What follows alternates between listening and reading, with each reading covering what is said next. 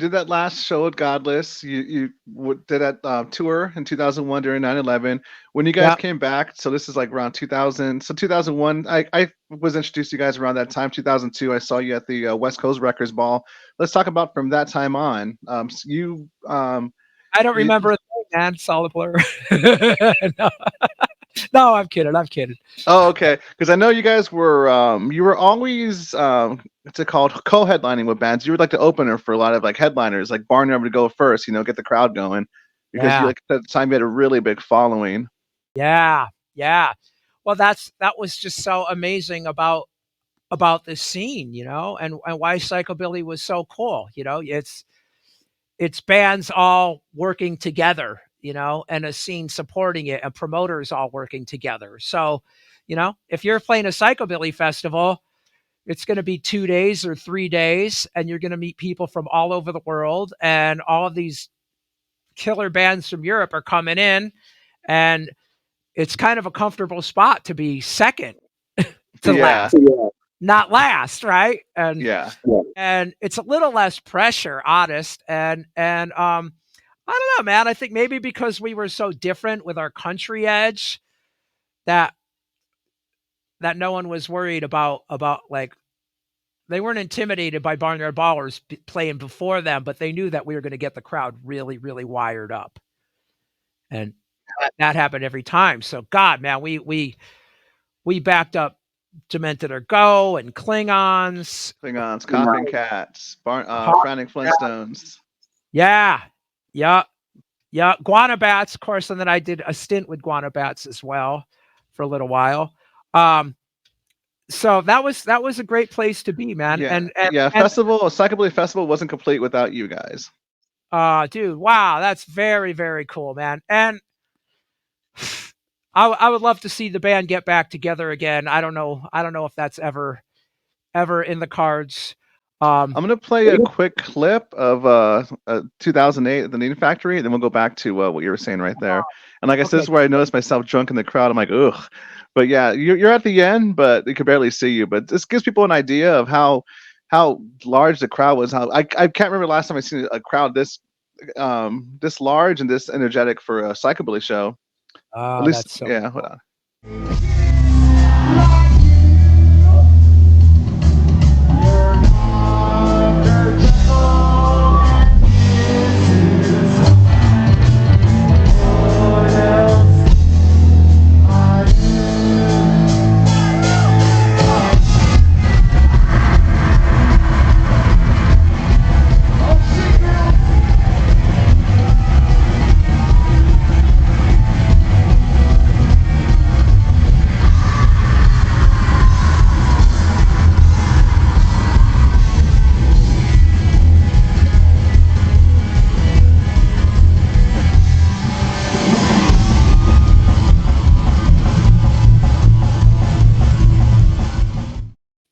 That was a Wow. different time.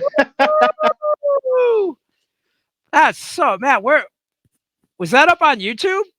That was on YouTube. Yeah, there's that one. There's one with some the paddling when they bring people on stage. That definitely can't happen now. Where they would do the paddling.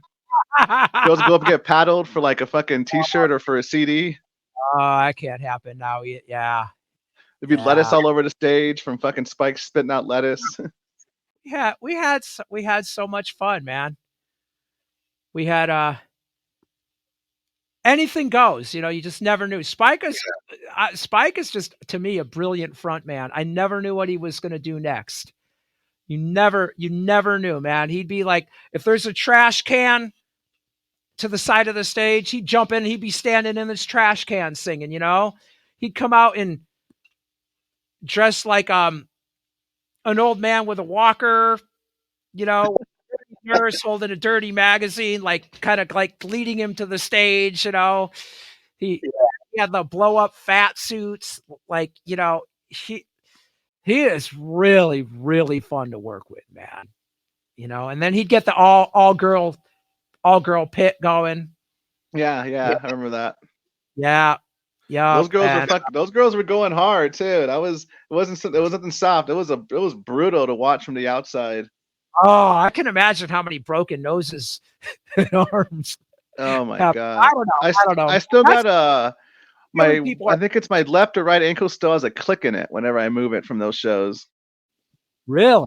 Wow. Yeah, there's a click in my left. I think it's my left ankle. Wait, hold on. Yeah, it's my left ankle, and oh god, like my inner mouth is like scarred up from because I used to have braces, and Wow. yeah. Wow. Good, man. You earned it.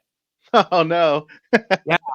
That's very, very cool. Well, it's the people that make the scene, man. People like you, man. So it's really, really cool, and I know it's kind of died out here in the States. It looks like there's something going on in Europe.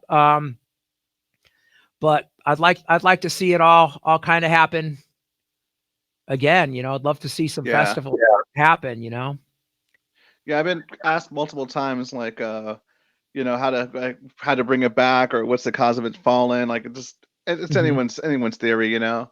Yeah. I have a Um, couple of theories I brought up before, but what's your thought? Why do you think it's oh well, a couple of things. One was one main band to pop out and hit the mainstream at the time. It was Necro and Tiger Army, and still to this day, it's still Necro and Tiger Army. You know, and the horror pops kind of came in at the right time too. The style was kind of popular with the hair. I remember yeah. I couldn't go anywhere without seeing the psychobilly. Also, too, the '50s look was still somewhat in our culture. It was still somewhat mainstream. Not Mhm. mainstream, but it was still there were still movies. Because I one thing I mentioned too about is I think not only bands and music is important, but film and television is important. You know, we Mhm. had we had films that took place in the '50s and '60s. You know, we had like even though there were rerun shows like Happy Days. You know, we had like old movies like La Bamba. It was still in the zeitgeist, I guess you could say. It was still out there. Yeah. Yep. It's all And got then to be. things And Yeah. then trends go up and down. I remember right before that, punk was huge, and that kind of started. That kind of slowly died as psychobilly went in, and then right around that time, ska got popular. Right. Trends go up and down, and there's no reason why um why it can't come back again. You know, Absolutely, I a think. I lot of mean, bands. Yeah, I think also too for some reason with this scene, people age out of it. They don't stick around. I noticed. Once they get a certain age, they kind of leave. It was a very young crowd, unlike in Europe where it's a very old crowd. People stick to it. It doesn't yeah, really happen here in the States, unlike other scenes. I know, like you go to a metal show, it's either very young or very old. yeah, yeah. All I know is all I met was cool people in psychobilly.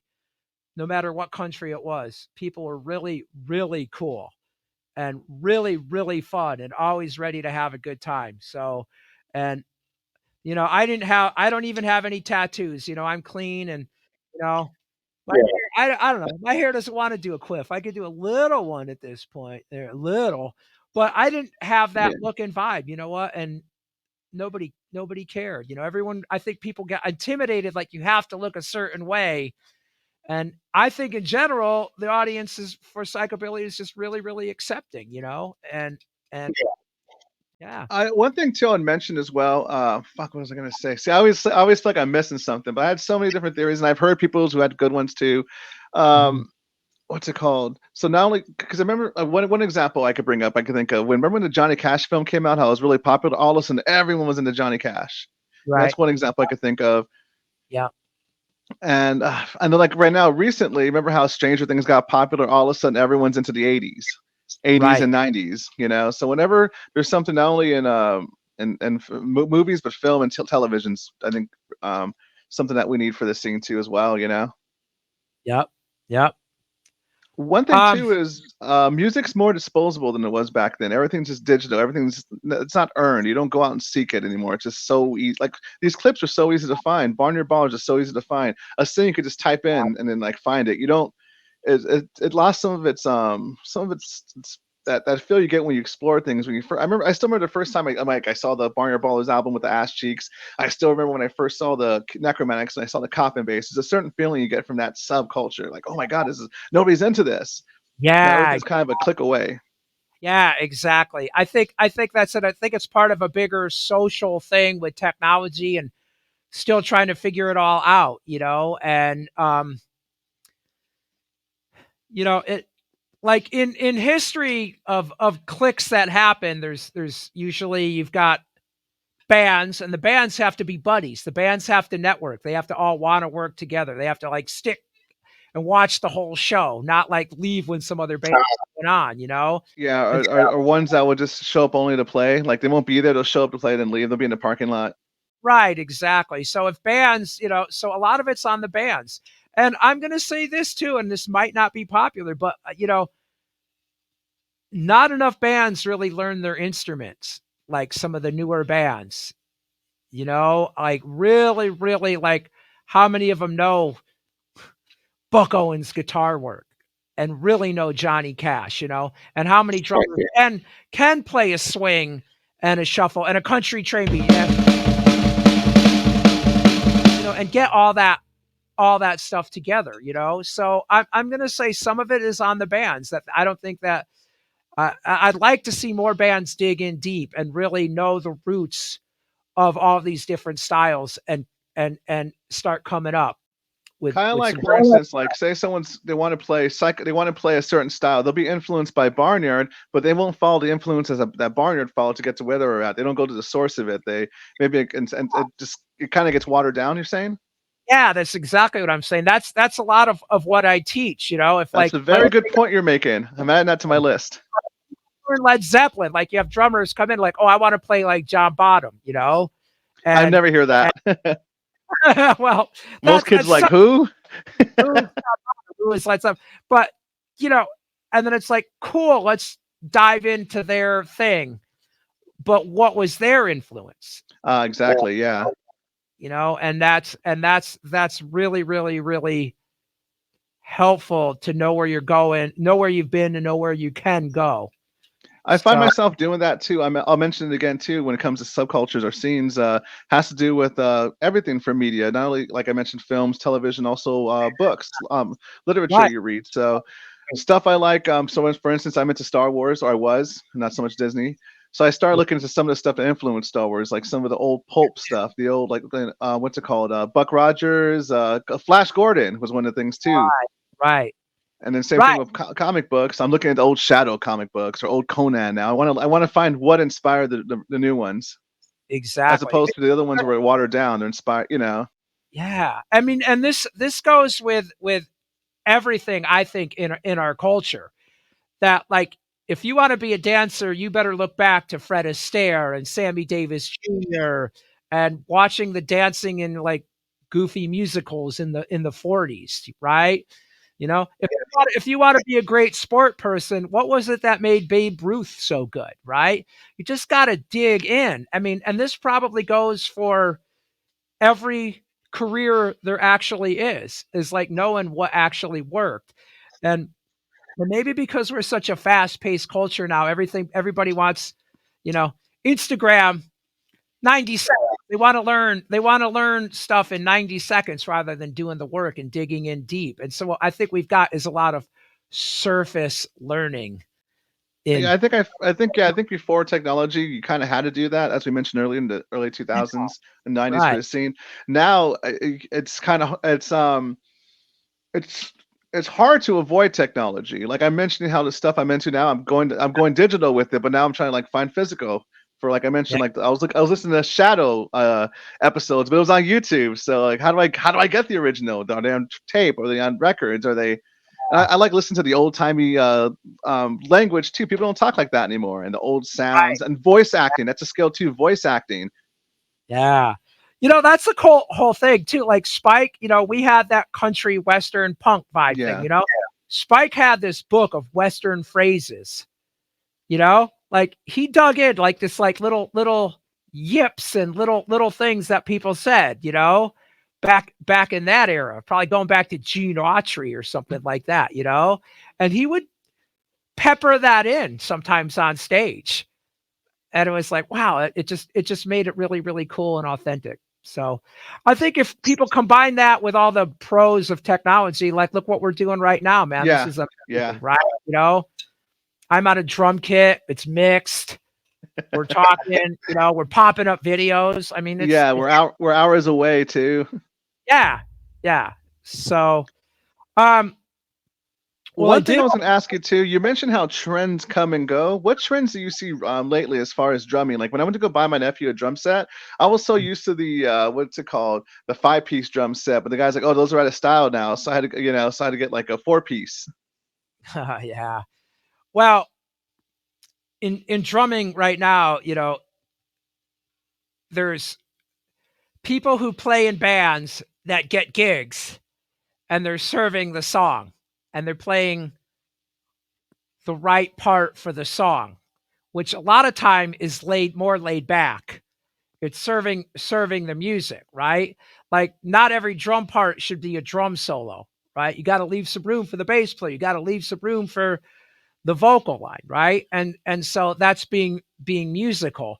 Now the trend now is Instagram and YouTube and quick little videos, which are all chops. They're all fast. They're all riffs. And I So noticed there's a trend of attractive women playing drums too, which there I'm are guilty a of looking lot. at. Yeah, there is a huge trend of that, and right, and people will watch. Of course, are going to watch a pretty girl who plays drums. Some of them are brilliant, some are not, and they're still getting clicks, right, and getting likes and all. And so, like if I'm like, man, I'll do a video where I'm riffing like crazy, playing really fast tom stuff and all. Show me an That's example. let's see. Let's see.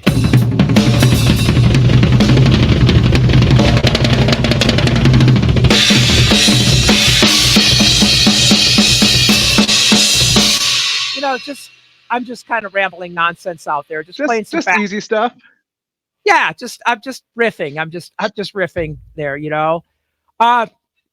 So that is not what you likely are going to play in most songs. Maybe you're going to play that here and there.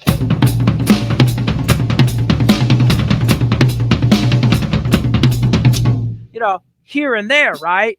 But combined with some more laid back stuff. But if I'm like, maybe the best thing for the song is just simple, right? So if I played a video on YouTube where I'm just going, nobody's going to want to watch that. Yeah, unless you play a track with it that shows you why you're doing it and how that like you mentioned earlier, how that rhythm is used in so many different songs throughout, I guess, music history. Yeah, exactly. I mean, like so if you play fast and play crazy, you're going to get more views. So younger players think that it's all about the riffs. They think it's all about the speed, which isn't always what is needed as a musician. So it's almost like extreme sport drumming kind of thing. There's some guys who make videos who play so super fast, but really they're not in any bands because it's just like what they're doing is maybe not that musical. So that's kind of what the trend is to kind of show off, Which but is I'm not showing off. I mean, obviously I'm a big ham bone. I love to play fast. Yeah. So let's go into how you went from. I did want to mention the women drumming thing. Half of my students are women, and it's so fantastic now because women are starting to play drums like crazy, and it's about time that women are drumming, and they're so good. There's so many amazing women drummers out there now, and they're just they're there's a Facebook group, Drummer Girls United, and there's like 10,000 drummers. So half of my students are women, and it's just really, really fantastic. So that's a good trend going on right now then. Yeah, it's a really, really great trend, and sure, there's some girls who aren't the greatest who are like, not wearing much and they're getting some likes, but that's beside the point. There's just a lot of slam dunk rock and roll, great in every style, women drumming.